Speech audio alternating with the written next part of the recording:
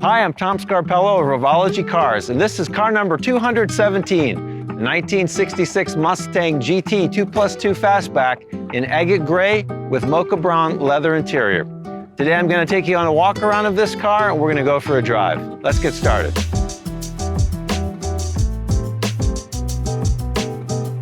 All right, 1966 Mustang GT 2+2 Fastback. Today, I would like to talk about design. At Revology Cars, our design philosophy is to maintain as much as possible the aesthetic of the original vehicle and only deviate for functional reasons. On the exterior of the car, you can see that it looks very much like an original 66 GT. You've got larger wheels. It's a 17-inch wheel versus a 14-inch wheel on the original, and that allows us to fit a modern brake package. The side badging, the stripe, now the colors are different, but the configuration is the same. This could have been an original color combination back in 1966.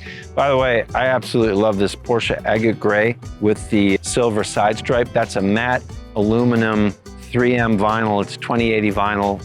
We make that ourselves, so it's really a nice combination. These quarter vent windows are not available anymore. They were never reproduced, and so we make them as a 3D printed part. We designed them to be exactly the same as the original in terms of the aesthetic. All the lighting on the car is LED, including the fog lamps. That was the one remaining item that was not LED, but now literally every light on the car is LED, which in the daytime you don't notice, but at night the functional benefit is really significant. Everything in the back of the car is all as original with the exception of the key cylinder, because we have a remote trunk release. We don't need that key cylinder. We have two fail safes in case you lose your battery and you can't get into the trunk, so you don't have to worry about that. Now, that same design philosophy extends to the interior. And I have to say, this is such a gorgeous combination. The gray exterior with the mocha brown interior is that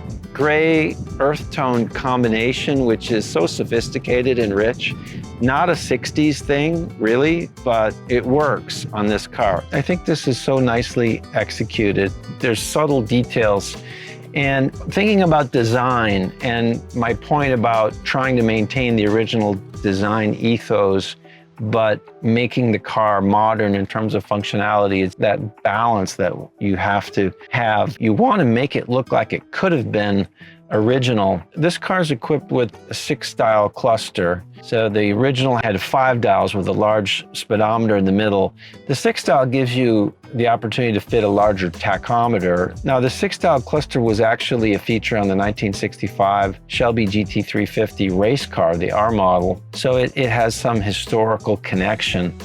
The touchscreen display, of course, doesn't have any historical connection. That technology didn't exist back then, but it's pretty compelling because of all of the functionality that it gives you. In particular, what I like about it is the Apple CarPlay, which allows you to show your navigation on the screen, and the reverse camera, which is a great feature to have. The console is larger than the original because we have a larger transmission tunnel to package the 10R80 10-speed automatic transmission. The shifter is a modern shifter, and it's integrated with the 10R80 transmission, and there's an electronic interface there that has to be maintained. But second, it's just such a precise shifter. It gives you so much more control than that kind of clunky 60s style shifter. So there's a bit of a deviation there for that reason. The seats, there just isn't any other seat out there that provides adequate support and comfort, but also looks like it could have been an original seat. So we design the seats ourselves, we build them in-house. They're trimmed in a variety of OEM leathers. This Moccabraun leather is from Mercedes. It's an OEM Mercedes leather. And the details are very, very precise, even down to the embossed ponies, which was part of the deluxe interior package. The door panels also, the original ones were molded vinyl, but we had to redesign the door panel to make them capable of being wrapped in leather. So it's a revised door panel design to allow them to be finished in leather, but really preserves the integrity of the original design, we think. Overall, again, you're going to be hard-pressed to really tell that it's that different. If you're a Mustang Club of America judge, yeah, of course, there's a lot of deviations, but You know, we think we make those deviations in a very subtle way. This is just such a nice execution. It's a super nice combination and really excited about it. Let's go for a drive.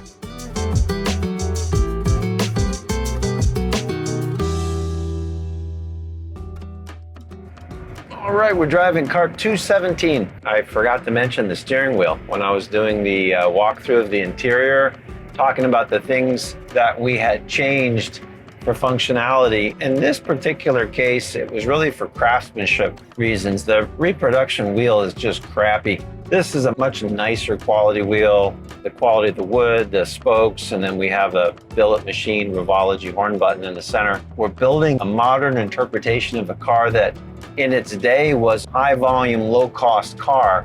So often the reproduction parts are crappy reproductions of a high volume, low cost part from 60 years ago. So that is not a formula for success in terms of the craftsmanship and the functionality of the reproduction part. So really is the reason we do a lot of things in-house, or we design parts that are outsourced to vendors who have the capability to do a modern version of a vintage part, or we use OEM parts, particularly for functional things, trying to find the best possible solution for every application.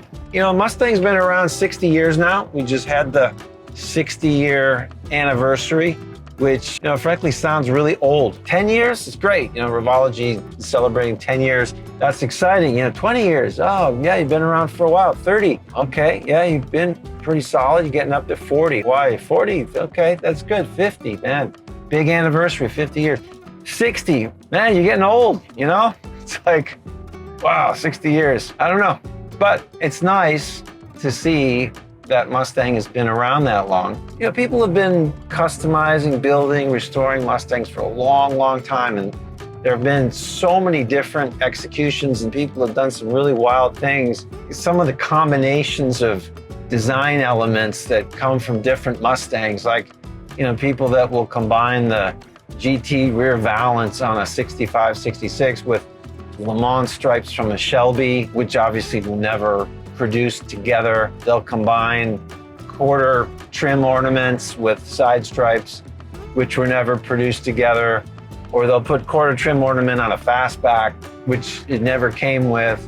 You know, I wonder if they meant to do that, or maybe they just made a mistake or just really weren't paying attention, but maybe they meant to do it. It's okay. I think everyone has the right to express their creativity in the way that they want, and beauty is in the eye of the beholder, and Mustang has been a blank canvas for a lot of budding artists for a long time, and that's great. But, you know, as I said earlier, our design philosophy is really to maintain the authenticity of that original design, because it is so iconic. And, you know, frankly, this is one of the best looking automobiles of all time. How can someone be so presumptuous as to think they can do it better? We recognize this. Our clients recognize this. In fact, it's one of the reasons that they tell us that we stand out from, you know, everyone else in the segment, is because we really do adhere to the original design aesthetic. And I think that's really important. That's what we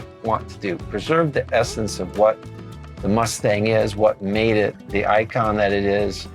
Make it functional, make it usable, make it enjoyable to drive, make it reliable, and make it beautiful. You want to look at it. And you just want to go out to the garage and stare at it, because it is so damn gorgeous.